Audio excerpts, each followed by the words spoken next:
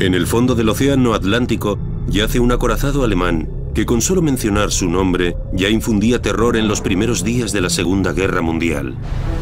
El Bismarck. La máquina asesina más avanzada de Hitler, totalmente blindado y magníficamente armado. No teníamos nada con lo que hacerle frente. La Marina Real Británica se pone en marcha en un intento desesperado por frenarlo. Nuestro objetivo era hundirlo. Acompañaremos al Bismarck en su letal viaje inaugural, paso a paso. Contaremos con los testimonios de los últimos supervivientes que aún siguen con vida y examinaremos detenidamente los restos del barco. Deconstruiremos la batalla final por hundir una de las armas marinas más temibles de la historia.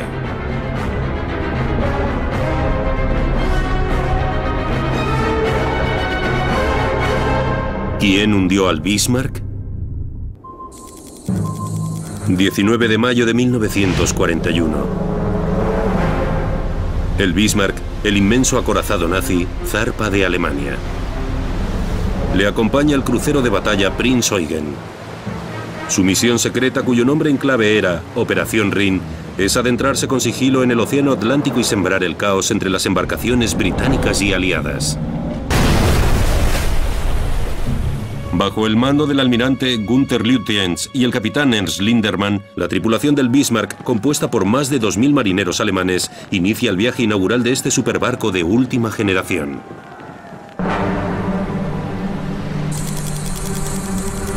...21 de mayo de 1941... el Bismarck y el Prinz Eugen llegan a un fiordo de Noruega ocupada por los alemanes. La tripulación disfruta de los que serían sus últimos momentos de paz y tranquilidad antes de entrar en combate. Hacía un día estupendo cuando anclamos en el fiordo. Nos dejaron pasear por la cubierta. La mayor parte de la tripulación del Bismarck es joven e inexperta y está encantada de ir a bordo de un flamante barco acorazado que consideran invencible.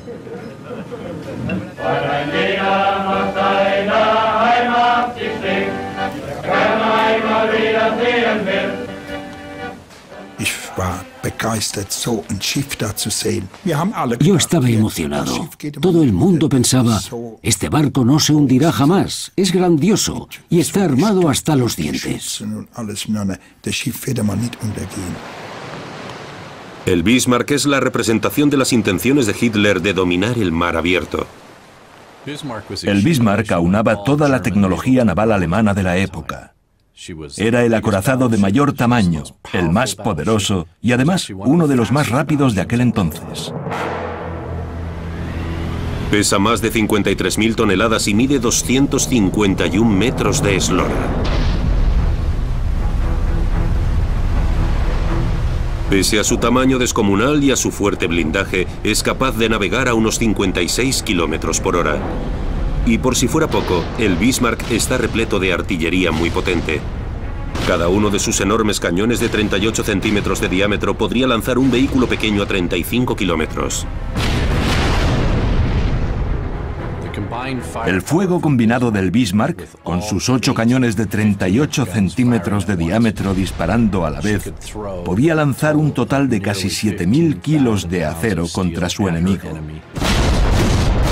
Los alemanes confiaban plenamente en que el Bismarck decantaría la guerra marítima a su favor. No podían ni imaginar las dificultades que aguardaban a su barco recién estrenado. Mañana del 21 de mayo de 1941, la tripulación del Bismarck espera órdenes en breve para llevar a cabo su misión secreta al amparo de la oscuridad. Pero se quedan atónitos por lo que ven en lo alto del cielo. Me pregunté, ¿qué hacía aquí ese avión? Era un Spitfire, no había duda. Un avión británico de reconocimiento divisa al Bismarck y el Prinz Eugen y toma esta famosa fotografía.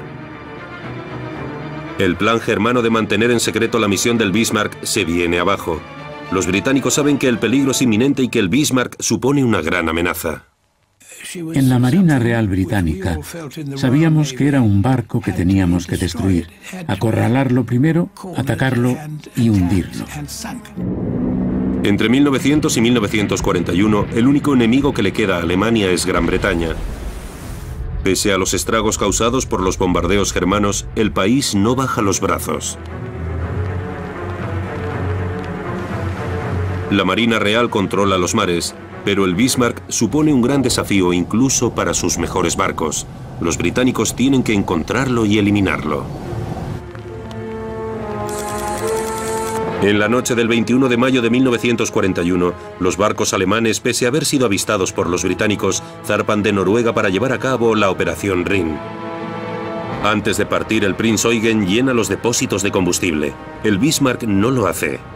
Una decisión que más adelante atormentará a los alemanes. Unos 60 años después, a 965 kilómetros de la costa francesa, un equipo internacional se prepara para realizar las primeras inmersiones tripuladas hasta el Bismarck.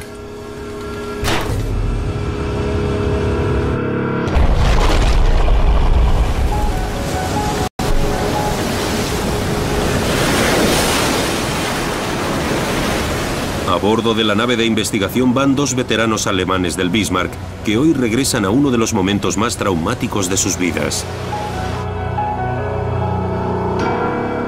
Heinz Steg y Heinrich Kundt son dos de los escasos supervivientes del dramático final del Bismarck. Tan solo 116 de sus 2.200 marineros pudieron ser rescatados. Esto me evoca recuerdos que borré hace mucho tiempo.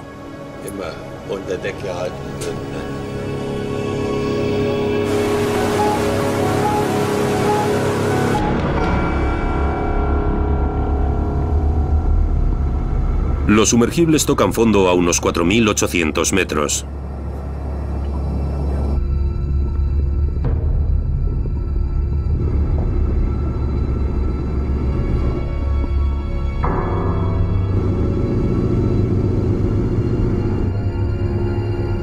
Con la ayuda de potentes focos y por primera vez desde mayo de 1941, el ojo humano atisba directamente las cubiertas del Bismarck.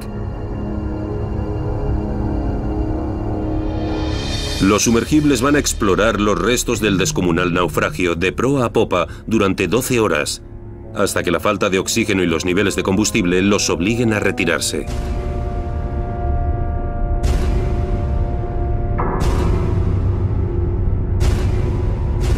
A continuación, el equipo tardará 2 horas en ascender de nuevo a la superficie en plena noche. Subirá consigo las primeras imágenes en alta definición del Bismarck, unas pruebas que trazarán el rumbo de su batalla final. A la mañana siguiente, a bordo de la nave de investigación, los veteranos del Bismarck inician una inmersión virtual al pasado. ¿Listos? ¿Sí? Heinz Steg y Heinrich Kundt observan lo que quedó del Bismarck. Son unas imágenes fantásticas. Mirad ahí. Grandioso. Eso de ahí eran... Las imágenes los trasladan a un momento en el que una cadena de mala suerte y decisiones equivocadas determinaron el destino de su barco. Comenzando por la salida precipitada del Bismarck de Noruega. Noche del 21 de mayo de 1941. El Bismarck no solo zarpa precipitadamente del fiordo sin repostar, sino que también deja otros preparativos sin hacer. Hay una razón que podría explicar la prisa de los alemanes por botar el Bismarck. El Ministerio de Marina alemán confía en que las largas noches del Ártico cubran la irrupción del acorazado en el Atlántico. Pero en el mes de mayo, las noches son cada vez más cortas y el tiempo se agota. Conscientes de las intenciones germanas de asaltar el Atlántico, dos cruceros británicos vigilan el estrecho de Dinamarca, una de las posibles entradas al Atlántico. El 23 de mayo avistaron las embarcaciones alemanas.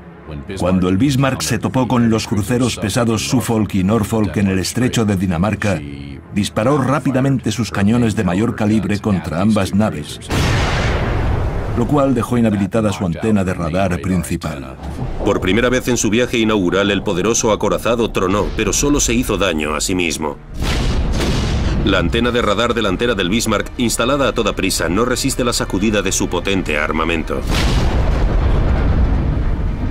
Ahora su capacidad de radar es considerablemente menor. Esto provocó que el Bismarck y el Prinz Eugen cambiasen sus posiciones. El Prinz Eugen, que pasa inadvertido para los británicos y que conserva intactos todos sus radares, se pone en cabeza. Mientras tanto, las unidades pesadas británicas se acercan desde el sur. El flamante acorazado Príncipe de Gales y el mítico buque insignia de la Marina Real Británica, el Hood. Votado en 1918, su exitosa carrera le hizo ganarse el sobrenombre de Mighty Hood, el poderoso Hood. La gente creía que era imposible que el Hood se hundiese. No hay ningún barco que lo sea, pero vivían con esa fantasía en la cabeza. Con el Suffolk y el Norfolk pisándoles los talones, los barcos alemanes navegan a toda máquina hacia el Atlántico y hacia su primera batalla. A bordo del Príncipe de Gales, los preparativos van viento en popa. Logramos trazar el rumbo y la posición del Bismarck y calcular a qué hora exactamente nos encontraríamos con él por la mañana. Sin duda, fue muy emocionante saber que íbamos a librar una batalla infernal a las 5:30 de la mañana, que si no recuerdo mal, fue la hora a la que ocurrió. Es a las 5:35 de la mañana cuando el Prinz Eugen, seguido por el Bismarck, detecta los dos barcos británicos en el horizonte. Pensábamos que no podía pasarnos nada. El Bismarck era invencible y arrasaríamos con todo.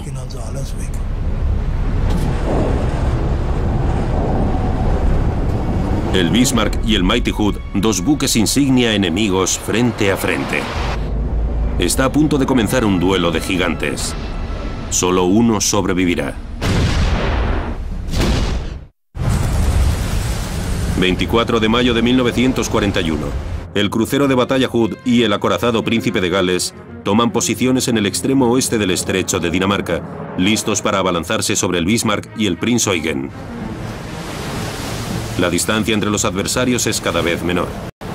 El Príncipe de Gales divisa el Bismarck. De repente, a los pocos minutos alguien vio aparecer un mástil. Fue un momento increíble. A continuación, vimos una barra gigantesca. Poco después empezó a surgir la chimenea y así fue como gradualmente fuimos divisando la totalidad del Bismarck. Pero el crucero de batalla británico Hood cometió un error fatídico. En la lejanía, las descomunales siluetas de ambos barcos alemanes eran idénticas. El Hood identificó el Prinz Eugen, que era el barco que encabezaba la ofensiva germana, como el Bismarck, por lo que comenzó a disparar contra él, que era el objetivo equivocado. Tras el Prinz Eugen, el Bismarck se prepara para la acción y fija los barcos británicos en sus objetivos. Dispara la primera salva contra el objetivo correcto. Sacudió el Hood prácticamente de inmediato. Incluso sin su radar activo, los sofisticados sistemas de puntería del Bismarck funcionan a la perfección. De nuevo otra ráfaga. Saben que están disparando muy bien. Salían chorros de agua altísimos debido a los enormes proyectiles. Con cada salva, las armas acorralaban aún más el Hood. Los cañonazos que pasaban de largo sonaban como un montón de trenes express.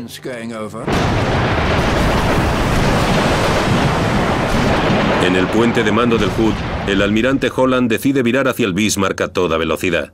Sabe que debe recortar la distancia para evitar el fuego aéreo, ya que alguno de los cañonazos podría agujerear la zona más vulnerable de su barco, la cubierta.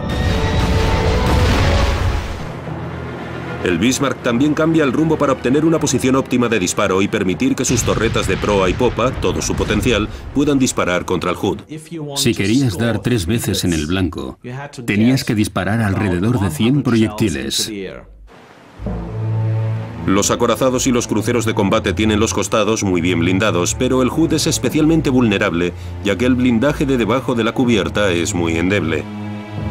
Y ahora se encuentra a la distancia óptima de disparo del Bismarck.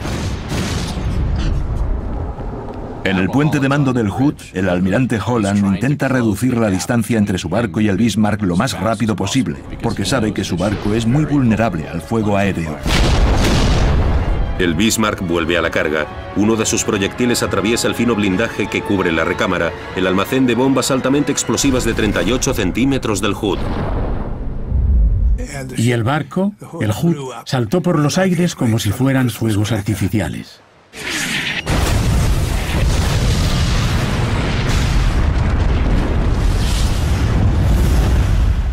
Fue un impacto tremendo. Seguramente el peor de todos los que viví en la guerra, ahora que lo pienso.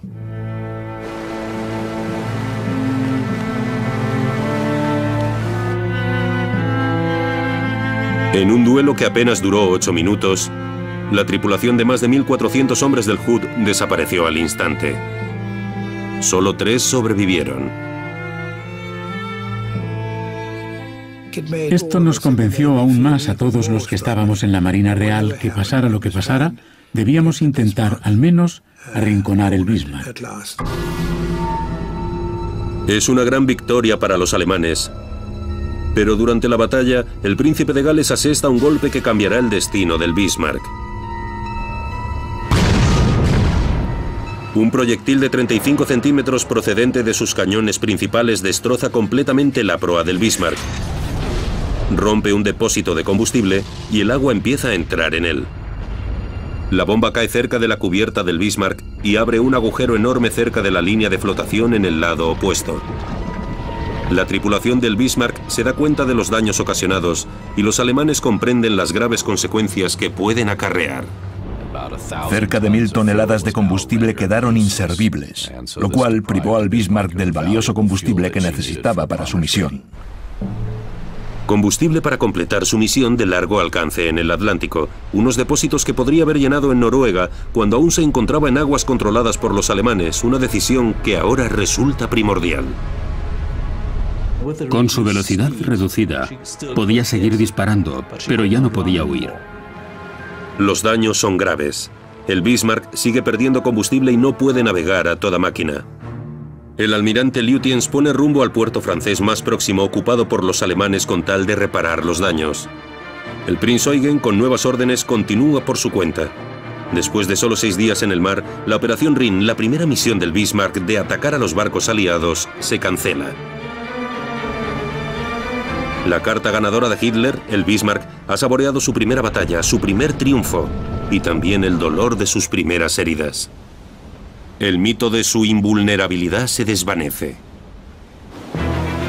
Para Gran Bretaña y la Marina Real solo existe un objetivo: hundir el Bismarck. El acorazado alemán corre hacia Francia, pero los barcos británicos le pisan los talones. La fuga de combustible es muy preocupante. El Bismarck debe navegar a velocidad reducida para asegurarse de llegar a puerto. Las naves británicas le siguen de cerca, manteniendo el contacto por radar. Uno de los cruceros británicos navega en zigzag para confundir a posibles submarinos alemanes. A bordo del Bismarck, el capitán Lindemann ordena girar a estribor al tiempo que el barco británico vira a babor. Cuando este gira de nuevo a estribor, el Bismarck escapa del alcance del radar británico y desaparece de sus pantallas. El Bismarck ha conseguido huir. No saben dónde está. Pero el almirante Lutyens no sabe que los británicos les han perdido la pista, ya que los alemanes continúan recibiendo las señales del radar de sus enemigos. El almirante transmite un exhaustivo informe de su situación a Berlín. Él pensó: los británicos saben dónde estoy en todo momento, así que puedo enviar este mensaje sin preocuparme por nada. Y ese fue su trágico error. Un error que influyó decisivamente en la caza del Bismarck. Durante este periodo, los británicos lograron fijar la señal de radio de los alemanes, y de este modo fueron capaces de triangular las direcciones de dichas señales, lo que les dio una posición aproximada de dónde se encontraba el Bismarck. Pero ¿dónde exactamente en la inmensidad del océano se encuentra el Bismarck? Los británicos enviaron los hidroaviones Catalina en su búsqueda. Uno de los aparatos vuela durante horas, aunque una capa de nubes obstaculiza su visión. Pero de pronto, como si de un milagro se tratase, en un claro del cielo, divisa algo en el agua. Sí, es el Bismarck. Han encontrado el Bismarck.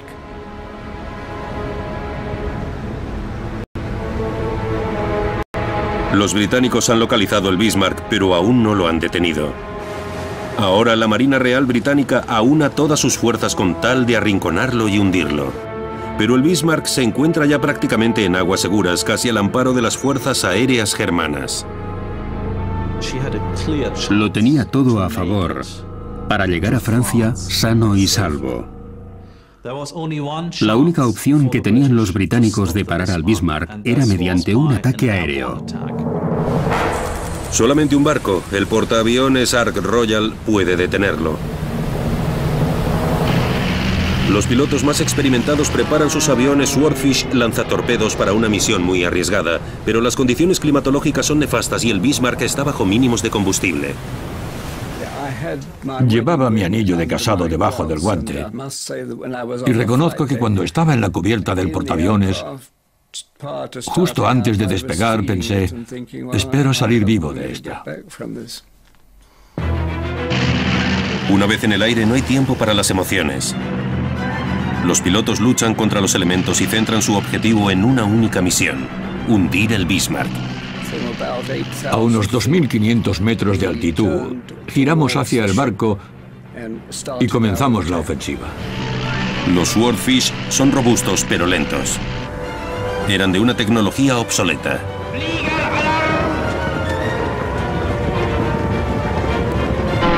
Era el duelo de David contra Goliat.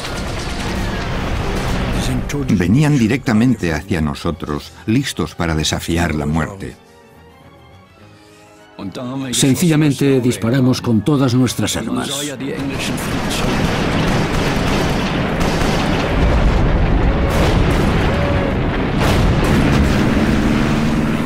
Pero por increíble que parezca, no derribaron ni un solo avión. El Bismarck se pone manos a la obra a toda prisa. Su tripulación inexperta y sus armas antiaéreas anticuadas son ahora decisivas.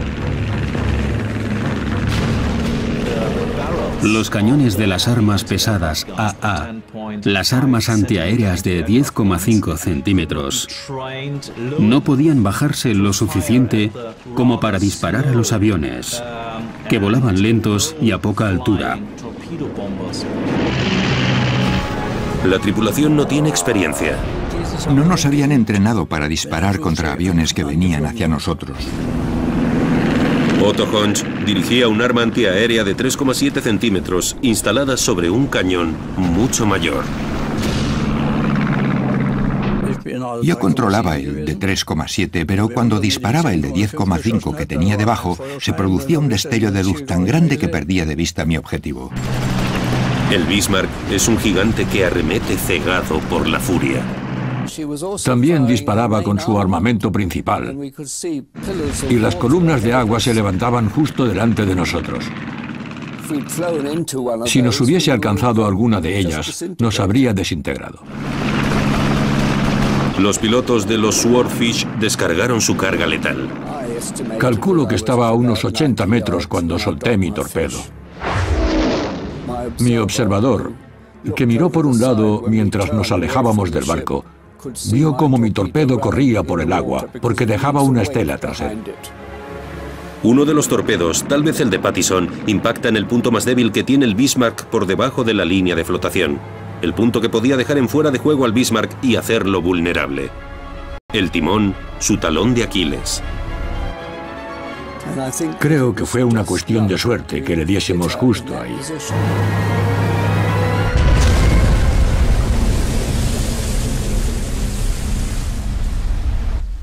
Ahí nos ganaron la partida.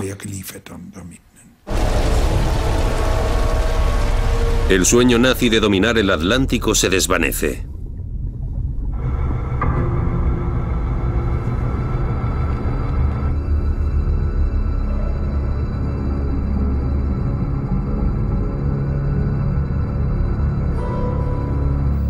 En la nave de investigación, los recuerdos abruman a los dos veteranos del Bismarck.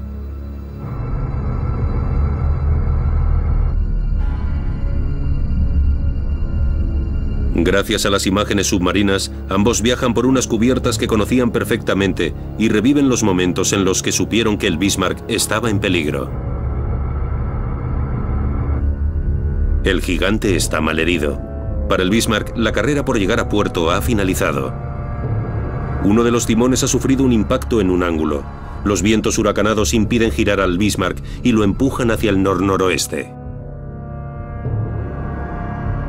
No quedan esperanzas. El Bismarck navega a la deriva a la espera de un ataque que saben que llegará pronto. Lutyens llama por radio a Berlín. Hitler responde. Recibimos un mensaje del Führer. Alemania entera está con vosotros. Y Lutyens contestó, dispararemos hasta la última bomba. Para el orgullo de la Marina de Guerra alemana, el día del juicio final está a punto de llegar. Los británicos no saben que han herido de muerte al Bismarck, pero el rumbo del acorazado hace presagiar que algo va mal. Lo rastrean y se sorprenden de su dirección. El Bismarck se dirigía hacia el norte. Venían hacia nosotros. El Bismarck, incapaz de girar, solo puede avanzar en una dirección, hacia el seno de la Marina Real Británica. Significaba que aquello por lo que habíamos rezado y que tanto deseábamos estaba a punto de ocurrir. La Marina Real Británica reúne a todas las fuerzas disponibles en el Atlántico para librar una batalla tremenda. El Bismarck podía disparar cerca de 7.000 kilos de acero contra sus enemigos. Pero en esta batalla final, su rival multiplicaba esta cantidad por 5. El príncipe de Gales y el rey Jorge V eran capaces de disparar salvas de hasta 8.500 kilos cada uno. El crucero ligero británico Sheffield podía disparar cerca de 1.000 kilos de proyectiles. El Rodney podía disparar unos 8.500 kilos contra el enemigo. Y esto eran únicamente las 4 fuerzas navales británicas que rodeaban el Bismarck. Entonces supimos que aquello sería el final. Alguien dijo, mi mujer no sabe que pronto será viuda. Durante la noche, los destructores británicos atacan el Bismarck. Los alemanes contragolpean. No hay daños en ninguno de los bandos. A bordo, la tripulación se siente agotada y la moral está por los suelos. Están esperando a que llegue el final. No sabíamos exactamente ni cómo ni cuándo, pero todos sabíamos que iba a suceder. Los británicos deciden que el final llegará a la mañana siguiente. 8:45 de la mañana del 27 de mayo de 1941. Listo para el combate, el temible acorazado alemán Bismarck aparece entre la niebla.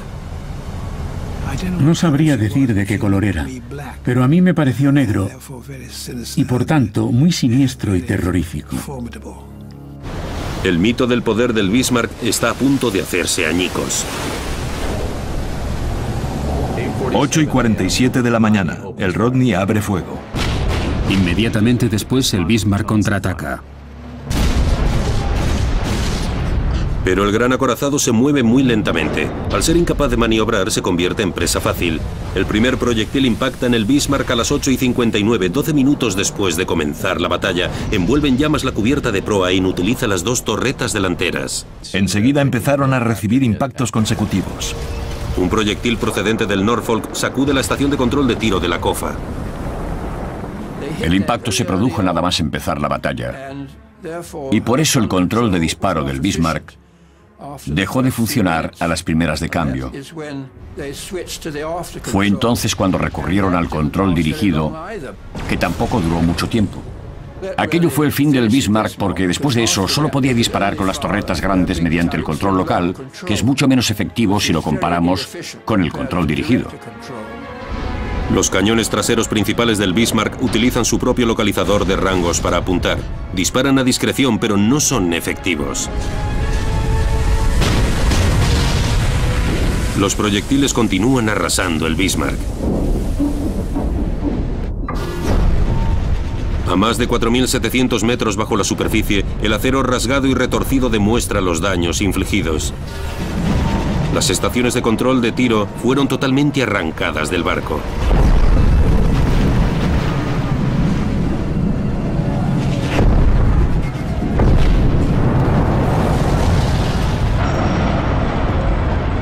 Las bombas impactaron en los hangares y en la catapulta del avión Arado 196.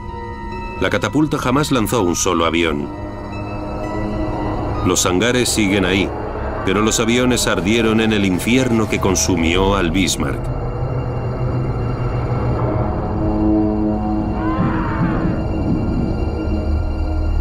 El acero, sometido a un calor extremo, liberó carbono, alimento para las bacterias de las profundidades del mar. Se están comiendo literalmente los restos del barco, creando estas inquietantes figuras en forma de carámbanos llamadas rusticles. Solo una de las torretas delanteras, llamada Anton, dispara un proyectil. Los británicos dan otro golpe decisivo. La torreta A del Bismarck está inutilizada. De pronto la torreta B también queda inutilizada. Se produce una gran explosión y la parte trasera de la torreta B salta por los aires. Cuando un nuevo misil impacta en Anton, la metralla también daña la torreta Bruno y mata a casi todos los que se encuentran en esa parte del puente. Al hundirse el barco, las pesadas torretas se salieron de sus marcos, dejando estos grandes agujeros.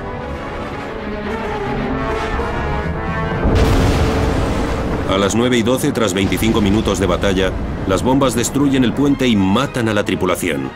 Hay quien opina que el capitán Lindemann y el almirante Lutyens también murieron en este momento.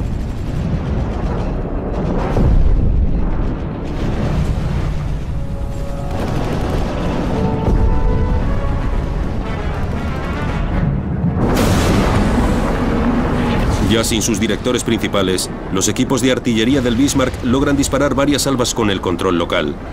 A lo largo de todo el combate, se concentran únicamente en un barco. Disparan contra el Rodney y logran sacudirlo con unas cuantas salvas. Pero los alemanes no consiguen dar más en el blanco. El Rodney sigue contraatacando. Golpeaban el Bismarck una y otra vez. El Bismarck recibió impactos de proyectiles de todos los calibres que poseía la Marina Real Británica, de 40 centímetros, de 35, de 20, de 15 y de 12. Le llovían sin parar.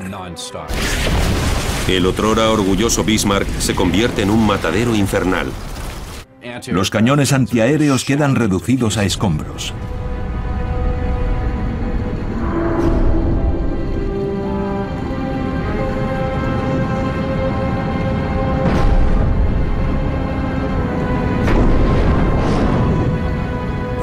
Teníamos órdenes de buscar refugio en la superestructura.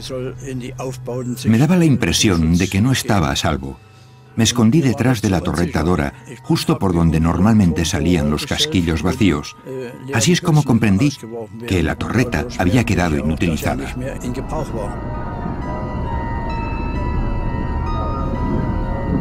La torreta Dora vuela por los aires justo antes de que la torreta César dispara su última salva. El humo obliga a la tripulación a abandonar el arma.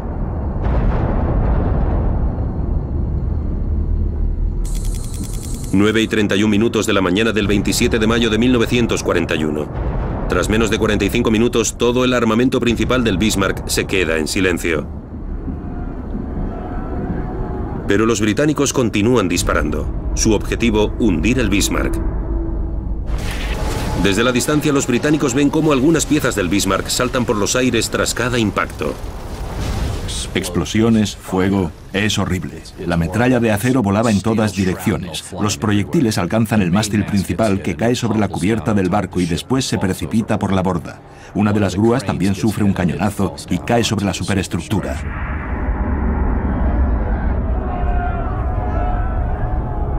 Un proyectil explota en la cantina delantera y mata a unos 200 hombres. La aniquilación de la tripulación a bordo de la superestructura fue algo que jamás se había visto antes. Fue como si todos cayesen literalmente en un triturador de carne gigantesco. En el corazón del barco, muchos jóvenes ingenieros, electricistas y operadores de radio como Carl Kuhn aguantan en sus estaciones de trabajo. Solo tenía 18 años. A esa edad supe lo que era la guerra. Bajo la cubierta blindada, la tripulación solo puede imaginarse la carnicería y las llamas.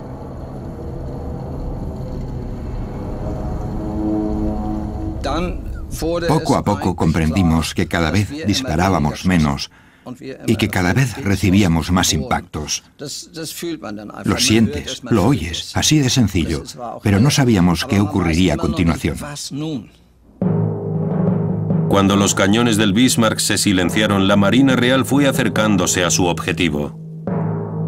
El Rodney y el KG-5 estaban cada vez más cerca, más cerca, más cerca, por lo que la elevación de sus cañones, que empezó aquí arriba, estaba ahora a esta altura, por la proximidad a su objetivo. El Rodney se acercó al Bismarck a una distancia que le permitía disparar a quemarropa con su artillería principal. Apenas 3 kilómetros separaban ambos barcos. Veían perfectamente cómo las explosiones hacían volar partes del barco que caían y se hundían en el océano. El Bismarck está rodeado de columnas de agua que se elevan debido a los proyectiles que le disparan los distintos barcos que van a por él. Con los cañones del Bismarck inutilizados, la situación se convierte en un sálvese quien pueda. Pero la mayoría de marineros no están familiarizados con el laberinto que recorre las entrañas del Bismarck. Yo estaba aterrorizado y corría en todas direcciones, porque no conocía todas aquellas cubiertas, escaleras y secciones. Simplemente siguieron su instinto: ascender. Te mueves mecánicamente, presa del miedo. Cuando encontrabas un agujero, trepabas por él. Y por fin vi algo de luz.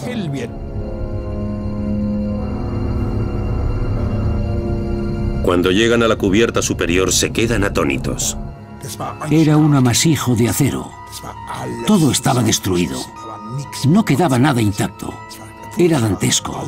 Estaba todo destrozado. Había montañas de cuerpos sin vida. Un panorama inconcebible.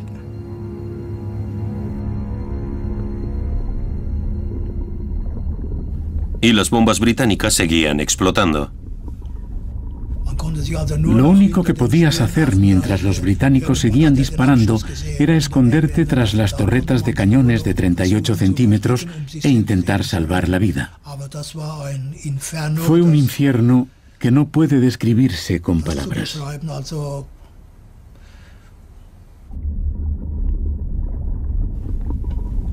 Yo estaba detrás de esa torreta y en lo único que pensaba era en volver al interior del barco. Quería ir a buscar la fotografía de mi prometida, pero decidí que lo mejor sería no hacerlo. Al igual que el soldado antiaéreo Honch, cada vez más y más marineros buscaban refugio tras la torreta D.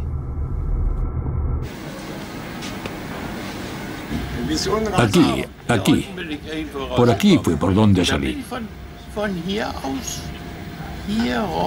A continuación, corrí por este lado hasta aquí. Y después salté.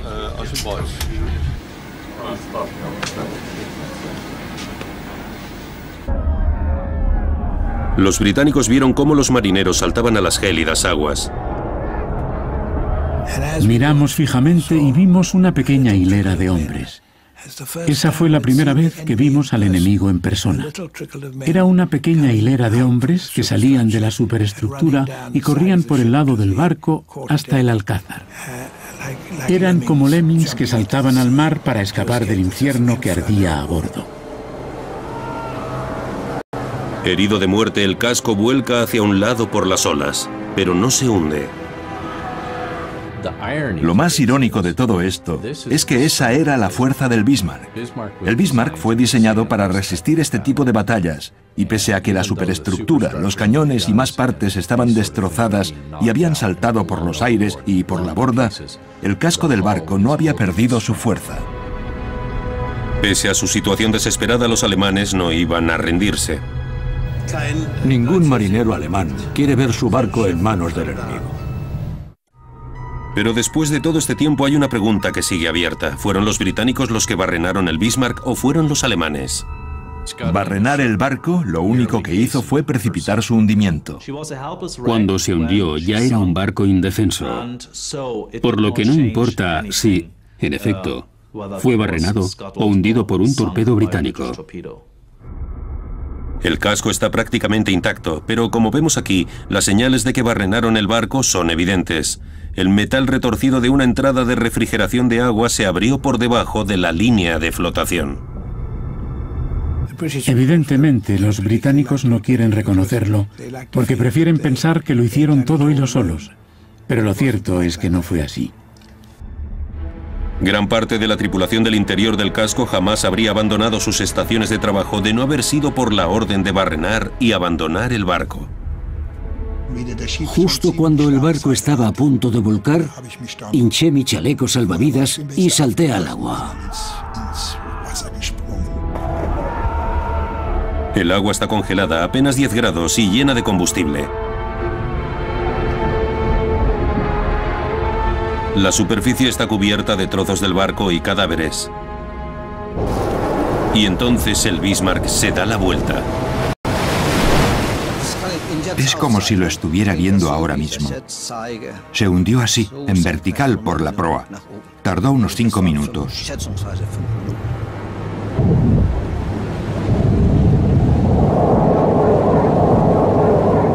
Finalmente el Bismarck desaparece. Pero para cientos de marineros que han saltado a las gélidas aguas, la lucha por la supervivencia comienza a la deriva en plena tormenta en el Atlántico Norte.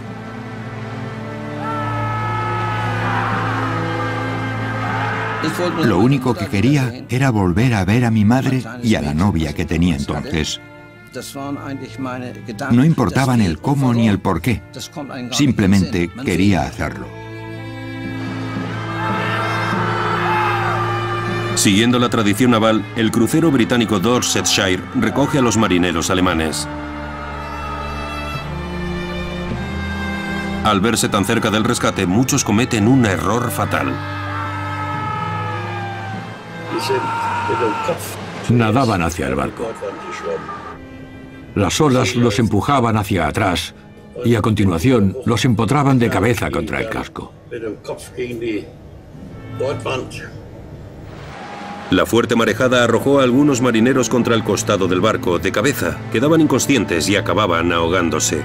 Para otros, fueron momentos de suerte o fatalidad los que decidieron entre la vida y la muerte. Los marineros ingleses nos tiraban cabos, extremos de cabos, como decían en la Marina Real. Pero entonces, cuando ya estabas a medio camino, un compañero tuyo se agarraba a él porque también quería que lo rescatasen. Y volvíamos a caer. Aquellos que sobrevivieron quedaron profundamente agradecidos durante el resto de sus vidas. Lo repetiré una y otra vez. Los ingleses nos trataron como a hermanos, pese a que habían estado bombardeándonos media hora antes. Fue estupendo. Cuesta mucho comprenderlo. De pronto saltan las alarmas. Un submarino. La presencia de un submarino alemán nunca se confirmó, pero los británicos toman una decisión terrible. Con tal de proteger a su tripulación, el Dorsetshire sigue su camino y deja que centenares de marineros alemanes se ahoguen en las gélidas aguas. En la Operación Rhin, el triunfo y la tragedia están entrelazados de un modo muy curioso en ambos bandos. El triunfo inicial de los alemanes se llevó por delante a un acorazado británico y a más de 1.400 hombres. Pero la victoria final fue para los británicos, ya que el Bismarck y más de sus 2.000 tripulantes se hundieron en el frío Atlántico. Este fue el desastroso balance de la guerra. La pérdida del Bismarck se podría haber evitado si se hubiera cancelado la operación desde un principio. Enviar al Bismarck junto al crucero pesado Prinz Eugen contra los pronósticos que sabían que existían contra una marina muy superior como la Marina Real Británica fue, en mi opinión, una mala idea. La historia está llena de si esto, lo otro o aquello hubiera o no hubiera pasado. Pero así se escribe la historia. El Bismarck, la máquina asesina más terrorífica y avanzada de Hitler, cayó tras solo 9 días en el mar y quedó sepultada para siempre en las profundidades del Océano Atlántico.